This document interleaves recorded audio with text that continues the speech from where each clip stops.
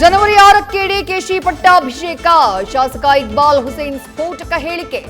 ಜನವರಿ 6 ಮತ್ತು 9 ಡಿಕೆ ಶಿವಕುಮಾರ್ ಅದೃಷ್ಟದ ಸಂಖ್ಯೆ. ಆವತ್ತೇ ಹೈಕಮಾಂಡ್ ಘೋಷಿಸೋ ವಿಶ್ವಾಸವಿದೆ ಎಂದ ಇಕ್ಬಾಲ್ ಹುಸೇನ್.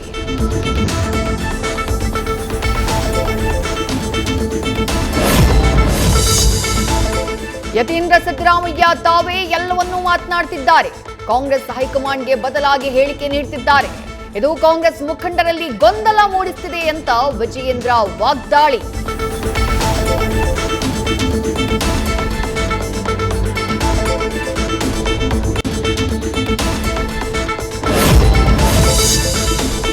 ನಾನು ಡಿಕೆಶಿ ಅವರಿಗೆ ಯಾವುದೇ ರೀತಿಯ ಬೆದರಿಕೆ ಹಾಕಿಲ್ಲ.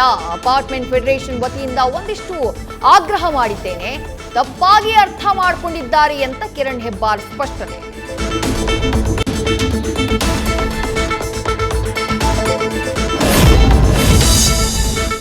ಮೊದಲ ಗಂಡನ ಬಿಟ್ಟು ಎರಡನೇ ಮದುವೆಯಾಗಿದ್ದ ಮೋನಿಕಾ ಈಗ ಎರಡನೇ ಗಂಡನನ್ನ ಬಿಟ್ಟು ಪೊಲೀಸ್ ಅಧಿಕಾರಿ ಜೊತೆ ಪರಾರಿಯಾದ ಹೆಂಡತಿ. 12 ವರ್ಷದ ಮಗ ಅನಾಥ.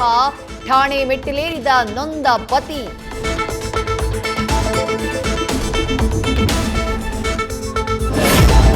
ಜನೌಷಧಿ ಕೇಂದ್ರಗಳಲ್ಲಿ ನಡೆಯುತ್ತಿದೆಯಾ ಮೆಡಿಕಲ್ ಮಾಫಿಯಾ? ಜನೌಷಧಾಲಯ ಮುಚ್ಚೋಕೆ ರಾಜ್ಯ ಸರ್ಕಾರದ ಚಿಂತನೆ. ಸದುಪಯೋಗ ಪಡಿತಾ ಇರೋ ಬಡವರ್ಗ, ಮಧ್ಯಮ ವರ್ಗದವರ ವಿರೋಧ. ನ್ಯೂಸ್ ಫಸ್ಟ್ ನಿರ್ಭೀತಿಯಿಂದ ನಿಮ್ಮ ಪರವಾಗಿ.